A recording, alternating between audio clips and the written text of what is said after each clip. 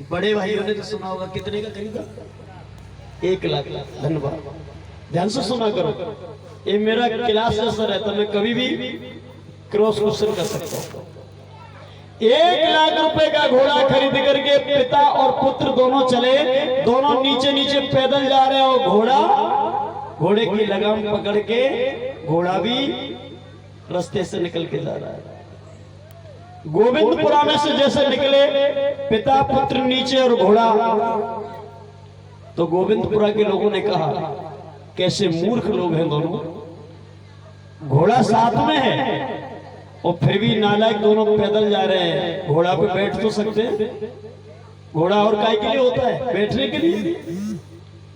गोविंदपुरा से निकल गए, पिता पुत्र दोनों रुके और कहने लगे पिताजी, हाँ गोविंदपुरा के क्या कह रहे थे कि सही तो कह रहे थे, अपन दोनों ही पागल हैं कि बैठ जाओ, बैठने के लिए तो खरीदा है। ए भैया दोनों बैठ गए। जब दोनों बैठे तो थोड़े से बढ़ पाए आगे, एक जगह और मिली जब 2-4 घर बने थे, मकान बने थे, उनमें से एक व्यक्ति ने फिर कह दिया कि बड़े बदतमीज है दोनों के दोनों, जरा सा घोड़ा और दोनों लद गए, बड़े निर्दयी है, शर्म नहीं आई। घोड़ा आगे बढ़ा, पिता पुत्र दोनों उतरे, कहने लगे पिताजी हाँ जी सही कह रहे थे, अपन को शर्म आना चाहिए, घोड़ा एक और 2 लद गए। क्या तो क्या कह रहे कि एक बैठ जाओ। कौन बैठेगा? कि पिताजी आप बैठ जाओ, मैं तो बच्चा हूं, मैं तो चलूंगा, पिताजी तुम बुजुर्ग हो। पिताजी बैठ गए और जैसे भदरौली में प्रवेश किया तो भदरौली के कहने लगे वारे डुकरा, तो शर्म नहीं आई? नेक सो मोड़ा ले लुआ सो लला, पैदल चला रो, खुद वहां पे बैठ गया और राजा बनी के। घोड़ा आगे निकला, पिता ने कहा बेटा रुक, कहा कि तू बैठ जा, मैं भी सही कह रहे कि हर माँ बाप अपने बच्चों को खुश देखना चाहते हो, मैं तो पैदल चला बैठ। बेटा बैठ गया, पिता नीचे उतर गया। इसको जरा ध्यान से सुनना। थोड़ा और आगे चले तो आगे वाले लोग कहने लगे अरे वाह भैया वाह, वास्तव में ही कलेगो आएगा। बूढ़े बाप नीचे पैदल चला रहे हैं और मोड़ा घोड़ा पर बैठ के जा रहे हो, वास्तव में कलेगो आएगा। आगे चले तो बेटा ने कहा कि पिताजी के हाँ कि हम नीचे उतरे जाते हैं। वो एक जगह घोड़ा बांध करके दोनों पिता पुत्र बैठ गए और विचार विमर्श किया, खोपड़ी पे जोर दिया और दिमाग लगाया, चिंतन मंथन किया, तो दोनों ने ये फैसला लिया कि पिताजी इन सभी लोगों ने जो कहा हमने सुना, महसूस किया, क्या निष्कर्ष निकला? तो पिता पुत्र दोनों बोले कि बेटा हाँ पिताजी कि ये दुनिया वाले हैं बेटा, जब घोड़ा खाली चल रहा था तब भी इन्होंने कहा, जब घोड़े पे हम दोनों बैठ गए तब भी इन्होंने कहा, जब घोड़े पे तू बैठा तब भी नहीं छोड़ा, जब घोड़े पे मैं बैठा तब भी नहीं छोड़ा। इसलिए बेटा ये वो दुनिया वाले हैं जो ना तो घोड़ा पे खुद बैठेंगे और ना किसी को बैठने देंगे। इसलिए बेटा इनकी बात नहीं सुनो, अपने काम को अपने तरीके से करो। इनकी बात जो सुनेगा वो ना तो घोड़ा पे बैठ पाएगा और ना घोड़े पे उतर पाएगा। तो याद रखना उदय सिंह भैया, कुछ लोग ऐसे हैं डॉक्टर साहब, कुछ लोग ऐसे हैं कि ना तो तुम्हें काम करने देंगे और खुद करेंगे, तो इनसे घबराना नहीं है। बाबा साहब का मूवमेंट तो वही लोग चला सकते हैं जो सभी तरह की नोक झोंक ऊंच नीचे सहन कर जाएंगे और संघर्ष करके के हीरा जैसा बन के निकलेंगे, वही बाबा साहब का मूवमेंट चला सकते हैं। ध्यान रखना, मटका पानी भरने के लायक तब होता है तब उसको काफी पीटा जाता है, ठोका जाता है, अग्नि में गर्म किया जाता है और भट्टी में लगाने के बाद जब उस मटके में पानी भर सकते हैं और कच्चे मटके में पानी भर दिया तो 5 मिनट के बाद मटका फैल जाएगा, बिखर जाएगा। ऐसे ही आप लोग कच्चे मटके मत बनो, आप लोग इस समाज के अंदर तैयार हो जाओ, ठुक पिट के तैयार हो जाओ और भट्टी के अंदर दब के तैयार हो जाओ। और जब मजबूत मटका बन जाओगे तो समाज का जो पानी है वो अपने आप आपके अंदर समा जाएगा। इसमें कहीं कोई दो राय नहीं है। जब मटका पानी में आएगा तो लोगों की प्यास बुझाने का काम करेगा। ये हमारा संदेश है।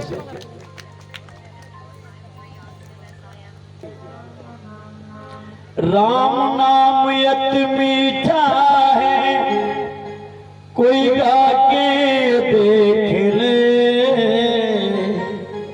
और आ जाते हैं राम कोई बुला के देख ले। बड़ा अच्छा गीत है, अच्छा है ना?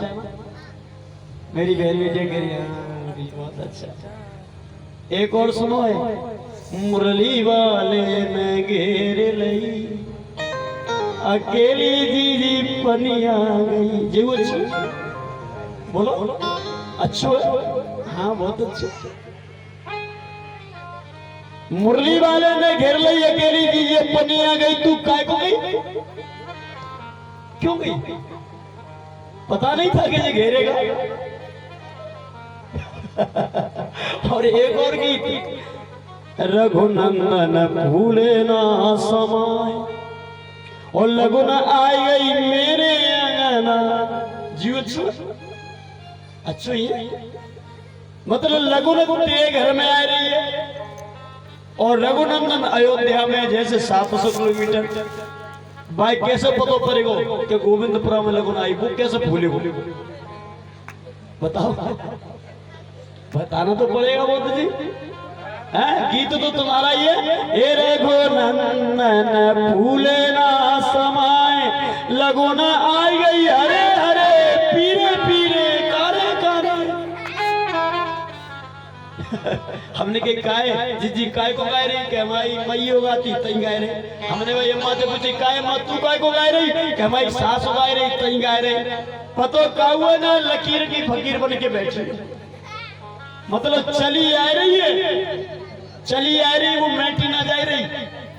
और बुजुर्ग, जितनी बुजुर्ग महिलाएं हमारी बहन बेटियां माता बहना, हमारे भाई जो बुजुर्ग हैं वो तो सच में नौजवानों को बदलने नहीं दे रहे। अब नया लड़का कछु करबू चाहे तो हमारा दादा क्या कहते तो पिताजी ने कि सफेदी को ध्यान रख, जब मैं मत जाऊं तो करते रहियो तो मैं करूं तैसे ही हुई। तो मुझे सब कहते कि तू क्या कम मरे हो।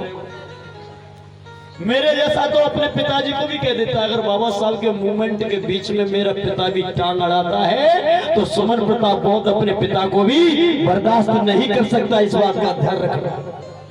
और इस ऐसे बच्चे जब कट्टरपंथी हो जाएंगे कि बाबा साहब के मूवमेंट में हमारे माता पिता बीच में आते हैं, तो मैं तो सत्य कह रहा हूं, माता पिता का सम्मान करिए, लेकिन बाबा साहब के मूवमेंट से रोकते हैं तो आप उनके कहने से रुकिए मत। इस बात को माता पिता की को मत मानिए, ये मैं कह रहा हूं। वैसे तो ये क्या है कि माता पिता की सारी बातें मानो और मानना चाहिए, लेकिन बाबा साहब के मूवमेंट को रोकने के लिए अगर मैं हमारे माता पिता हमें मजबूर करते हैं तो मैंने बच्चों से, ऐसे बच्चों से कह देना चाहता हूं कि अपने माता पिता की बात, अगर वो बाबा साहब के मूवमेंट को रोकने की बात करते हैं तो इन बातों को मानने की आवश्यकता नहीं है। कोई अपमान नहीं होगा तुम्हारे माता पिता का, क्योंकि मैं समझता हूं, जहां तक मैंने महसूस किया है कि बाबा साहब से बड़ा कोई पिता और बाबा साहब से बड़ी कोई माँ इस संसार में हमारे लिए दूसरी नहीं हो सकती। माँ तू पैदा तो हमें कर सकती थी, लेकिन किसी स्कूल में प्रवेश दिलाने का अधिकार तेरे पास नहीं था।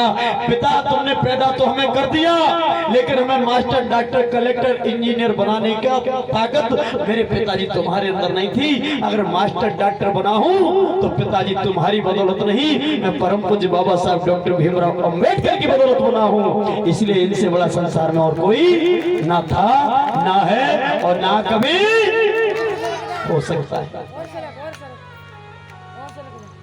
मैं राम का नाम नहीं उस भजन को गाना ना चाहिए। मत गाओ, मत गाओ। और जा में कौन सा राम को नाम हो बताएं, कौन कौन से गीत गाती हैं? तू धरती पे चाहे जहां भी रहेगी, तुझे तेरी धड़कन से पहचान लूंगा। जा में कौन से राम को गीत? राम को नाम आते तो फिर क्यों गा रहे?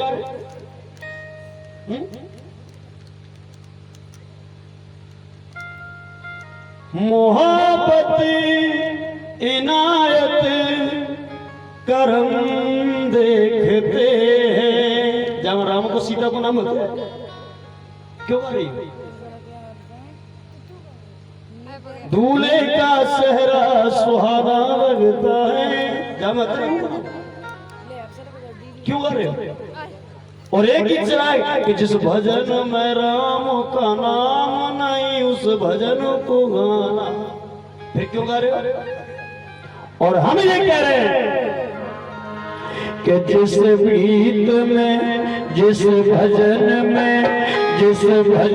में भीम का नाम नहीं उस भजन को गाना ना चाहिए।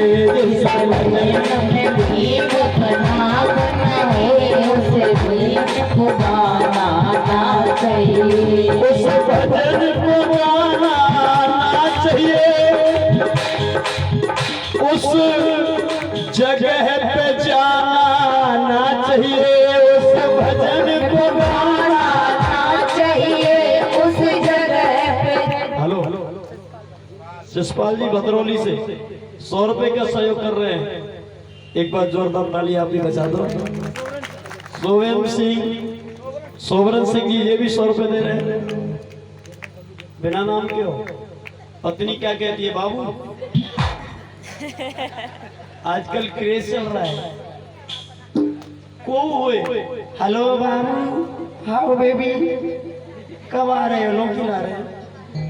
जिस भजन में गाना ना चाहिए उस भजन को गाना ना चाहिए। जिस भजन में ये बच्चे पूरा काम कर रहे हैं अपना। आगे वाले बच्चे उदम तो करते हैं लेकिन काम भी पूरा कर रहे हैं। मस्ती के साथ दोनों हाथ उठा के तालियां बजा रहे हैं। और आप लोग बाबा साहब ने स्वतंत्र हाथ दे दिए लेकिन रसगुल्ला और नोट गिनने के लिए काम आ रहे हैं तुम्हारे हाथ। जिसके पास से एक है वो एक उठाओ, दोनों है तो दोनों हाथ उठाओ। उठाइए, एक है तो एक उठाओ और दोनों है तो दोनों उठाओ। और जिनके पास हाथ नहीं है वो मत उठाना। उठा लो बेटा, उठा लो। और दोनों हाथों से तालियां बजाते हुए 1 2 3 4। मैं तारा का नाम नहीं जिस भजन में भीम का नाम नहीं उस भजन में भीम का नाम नहीं उस भजन को गाना ना चाहिए। उस भजन को गाना ना चाहिए। उस जगह में जाना ना चाहिए। उस भजन को गाना ना चाहिए। उस जगह पे जाना ना चाहिए। इस भजन में जो नंदनिया 1 2 3 4।